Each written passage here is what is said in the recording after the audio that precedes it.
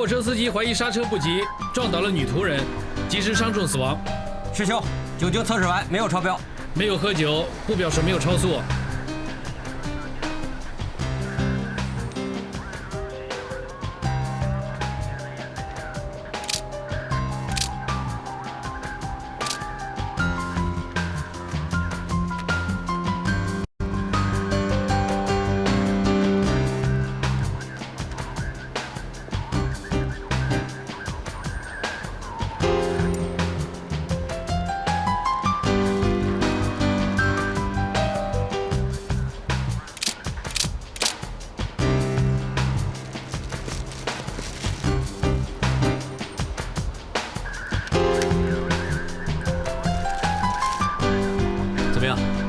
车头有凹痕，应该由重物撞击形成的。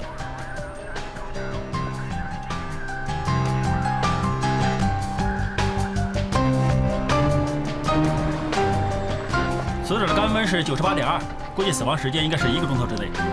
最明显的伤痕是右后腰，但是真正死因等我回去解剖完再给你报告。谢谢。这里限制时速50，我肯定当时开的是40多。谁知道那个女人呢，突然冲出来。我已经按了喇叭，他好像听不见似的继续走，我刹不住车就撞到他了。警官，我开车一向都很小心的，从来没有扣过分，真没想到这次会撞死人呐！爸，不关你的事，你也不想的，是不是？死者何允言，女性，身上有多处骨折，左肩、右手肘和左小腿都有伤。消息是被撞击后摔倒时造成，但并不是致命原因。死者后腰背和盆骨骨裂情况严重，但致命原因是胸肋受到严重撞击，导致肋骨折断，扎穿两边肺部，致体内大量出血，可以说是及时死亡。把报告和 X 光片送去交通部。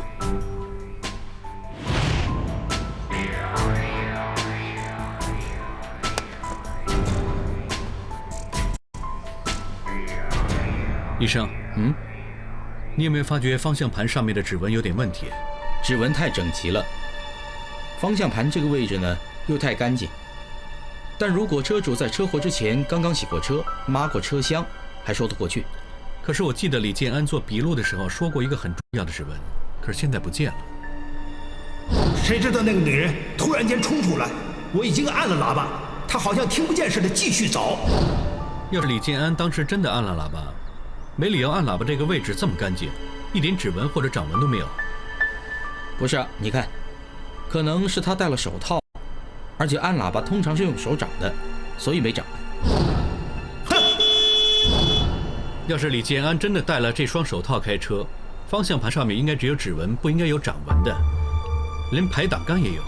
是啊，鉴证科也是在排挡杆上面找到李建安的掌纹。这么说，李建安在案发的时候没有戴手套开车。现在喇叭的位置这么干净，也就是说李建安在说谎，他根本没有按过喇叭。还有呢，方向盘的6点位置这里有个坑，很可能是司机刹车的时候胸口撞在方向盘上，用硬物压出来的。我记得李建安跟李国栋2个都是穿着普通的 T 恤，不可能会使方向盘有个坑的。高Sir，后车厢已经检查过了，轮胎和刹车系统都正常，没有新发现。拿这双手套回去化验上面的皮屑，再在油门和刹车器踏板上采集血液。是，高Sir。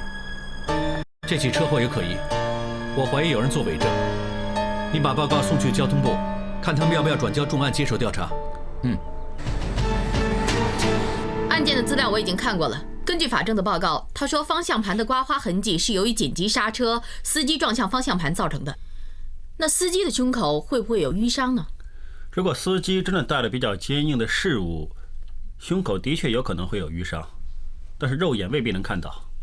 不过放心，我有办法。另外，我们在车头找到那双驾驶手套，我们化验过上面的皮屑，发现有2组 DNA， 其中15座的父系因子完全吻合，证实是属于父子俩。这也不稀奇啊，他们父子俩同开一辆车，手套也可以轮流戴。可是为什么鉴证科的报告说方向盘上只有爸爸的指纹，没儿子的指纹呢？有2个可能性。第一，就是有人刻意把属于李国栋的指纹抹掉了。第二是纯属巧合，刚刚洗完车就出事了。这件案子的确有很多疑点，要解开疑点也不是很难，因为货车上面的刹车踏板和油门的鞋印已经印出来了。我们只要把两组鞋印比对一下父子俩那天所穿的鞋子，看看谁的吻合，就知道谁是真正的司机。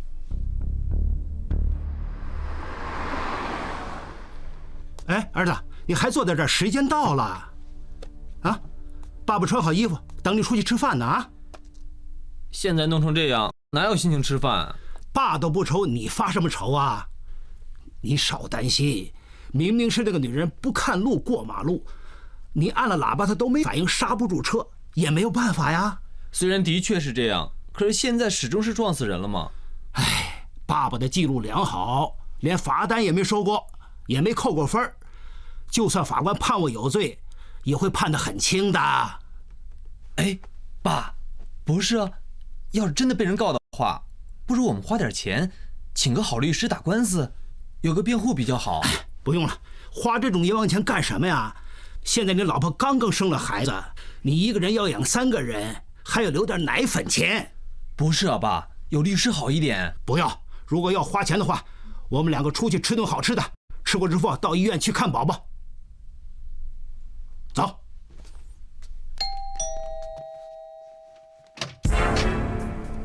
西九龙重案组，关于日前在小笠原工业区发生的交通事故，想请2位回去协助调查。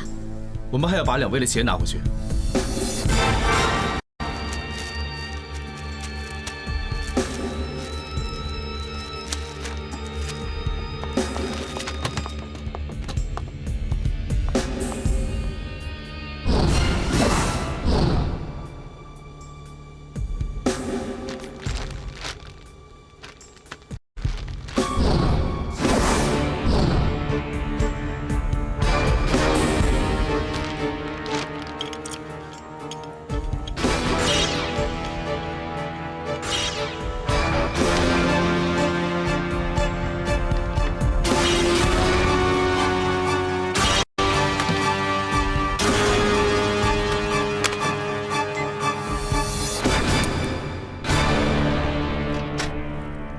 李坚先生，这位是法医古医生，他负责替你验伤。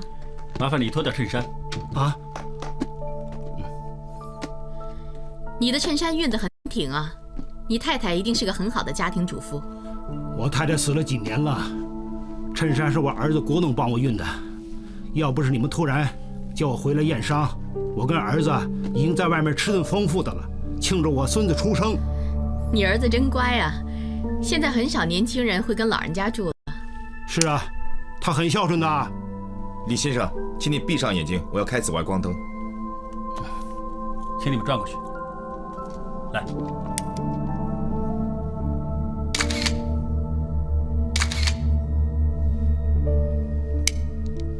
李建安先生身上没有伤。哎，我早就说我根本没有受伤，你们死都不相信，简直没事找事。哼！就算我们相信你没有受伤，程序上还是要这么做。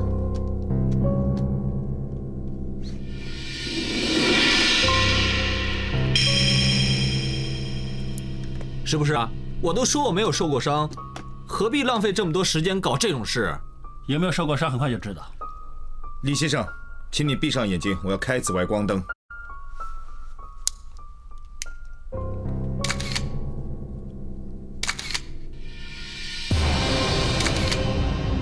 OK。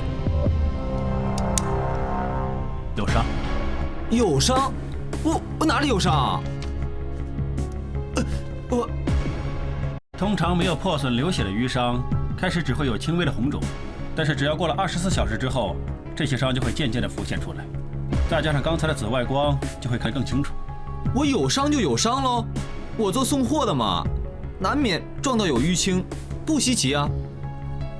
我们在肇事货车的方向盘上面发现有刮花的痕迹，我们怀疑是司机踩刹车的时候胸口撞向方向盘，被胸前坚硬的事物刮花的，就像你胸前这个戒指一样。车是你开的？对，我是开过车，不过不是昨天，是前天。前天我送货的时候，我开着车，忽然有只狗冲出马路，我赶紧踩刹车，可能是踩刹车。你撒谎！刚才古医生已经说得很清楚，淤痕在24小时之内是不会浮现的。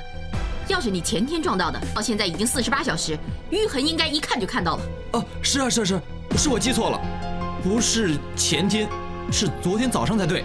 你还在撒谎 ，Madam 啊，你怎么这么肯定我是在撒谎啊？你又没有证据。你放心，如果车真是你开的，我们一定会找到证据。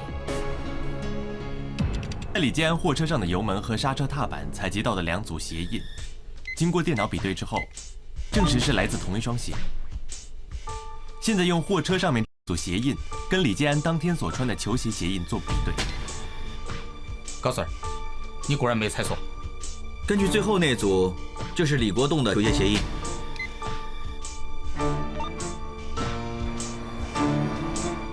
这2组鞋印是来自2位在车祸当天所穿的球鞋，其中一组跟我们在货车刹车踏板和油门上采集到的完全吻合，所以真正撞死人的不是李建安，是你。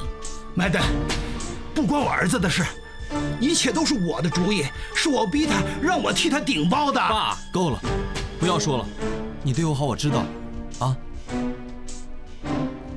没错，开车撞死人的是我，所有的事与我爸无关，是我的错。是那个女人的错，她突然间冲出马路，你按了喇叭，她没反应，当然撞个正着了，都是我不好。要不是我喝酒会出风疹，就不用找你顶酒了。你儿子帮你顶酒？事发的前一天，我的孙子刚刚出生，本来我们全家人都很开心，谁知道第2天就会发生这种事。哎，是老李啊！老李，来，过来做爷爷了。是还是女儿有多重啊？哎，是个儿子。儿子，喝一杯，喝一下。来，谢谢。哎，怎么不喝啊？哎，我一喝酒就会出风疹。对不起啊！大家这么高兴，我来替我爸喝一杯。来，来，请大家吃红鸡蛋。谢谢。我就开工了，我走了啊！好，拜，再见。哎，真幸福啊！喝什么茶？喝我孙子的满月酒更好了。喂，我订了酒楼，稍后再聊啊。爸，谁打来的？老吴，他恭喜我做爷爷。哎，就快3点了。喂，快一点，我们要去看宝宝跟你老婆呢。是啊，快点。哎，爸，大箱的我来搬，你搬小的。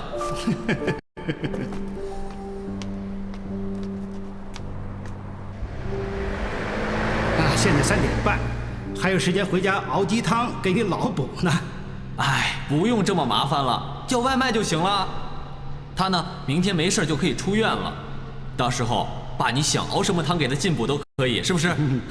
哎，对了，给宝宝起了名字没有啊？哦，还没有。你知道啊，要么就是算什么笔画呀，要么就是推算八字，这样对宝宝好吗？是不是？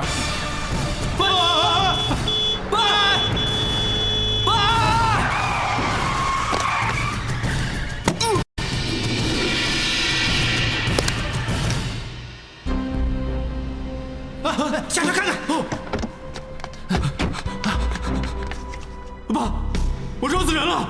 不行，叫救护车！叫救护车！别等，你刚才喝了酒，待会儿酒精测试出来，你罪过大了。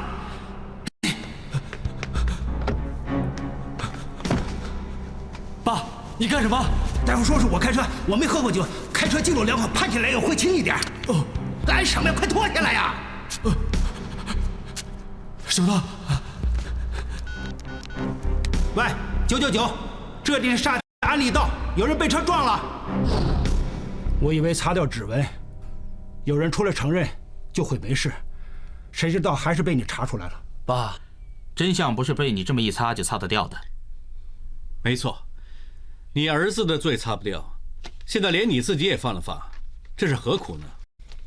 你现在不仅仅会被控鲁莽驾驶导致他人死亡，而且还要加控一条作伪证妨碍司法公正。本来只是一个人有罪，现在2个人都有罪。不关他的事，你别告他呀！是我逼他说谎，我怕你们告他醉酒驾驶，所以出来顶包。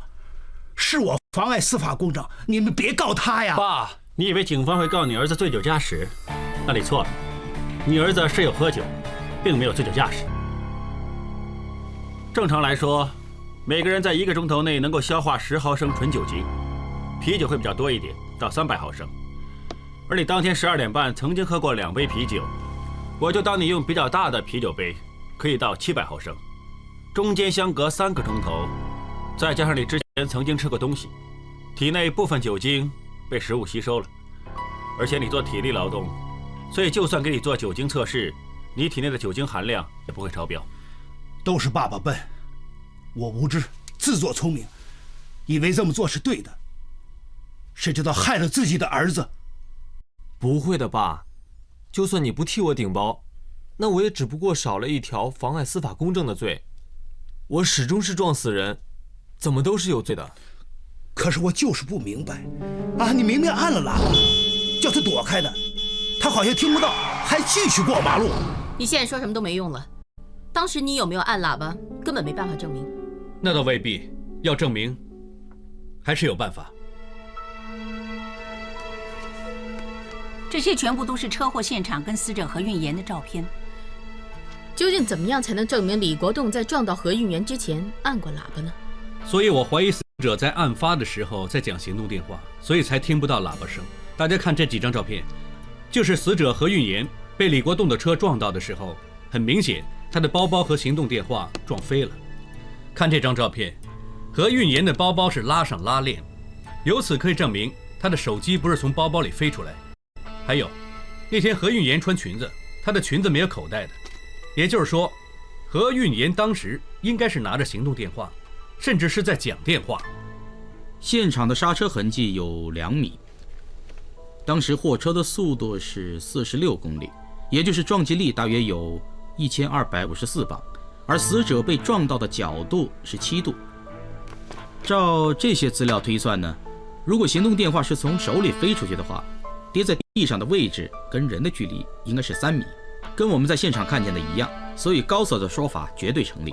虽然不肯定死者当时是不是在讲电话，就算他真的在讲电话，他也是一边耳朵在听电话，那他还有另外一边耳朵能听到喇叭声啊。大家有没有留意到，何运妍的脖子挂着 MP3？ 这么说，死者当时在听 MP3？MP3 在事发之后已经坏了，根本没办法肯定他当时有没有在听。如果何运妍真的一边讲电话一边听 MP3 的话，就能够解释他身上的伤痕。因为我替他解剖的时候，发现他除了胸肋是致命伤之外，右后腰也有严重的余伤。正常来说，当一个人过马路的时候，要是听到后面有喇叭声，本能反应就会转身回头。那么车撞来的时候，就会撞到你的右前腰，而不是撞到你的右后腰，应该是这样。也就是事发的时候，何运妍很有可能是一边听 MP3 一边在讲电话，所以听不到李国栋按喇叭的声音，在完全没有警觉之下被货车撞到的。那当然，这个也是我们暂时的推断。我们查一查何运妍的通话记录，看看我们的推断对不对。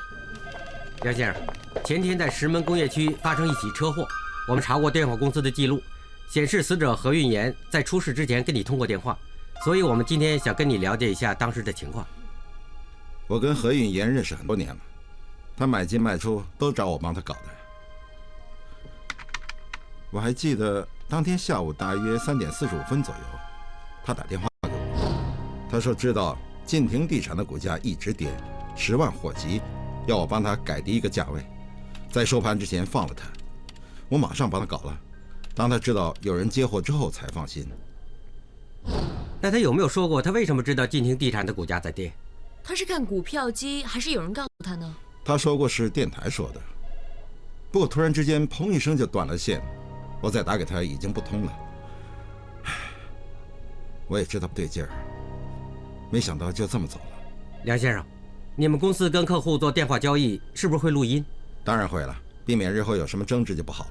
麻烦你交出这段录音带，我们要做进一步调查。李国栋先生，我们已经证实了，你们撞到死者何运妍前的确是按过喇叭，不过当时他在听 MP3 和在讲电话，所以听不到。我们已经把这些资料送到律政署，他们会考虑这些因素，才会决定会不会起诉你危险驾驶引致他人死亡。Madam， 这次真是谢谢你了。还有高 Sir 他们，麻烦你代我们说声谢谢。没问题。不过你们2个涉嫌顶包，我们一定会告你妨碍司法公正。做错了事，是要负责任的。不管怎么样，麦登，谢谢你帮我们查出真相。这张是我朋友的名片，他是法源署的，也许你们用得着。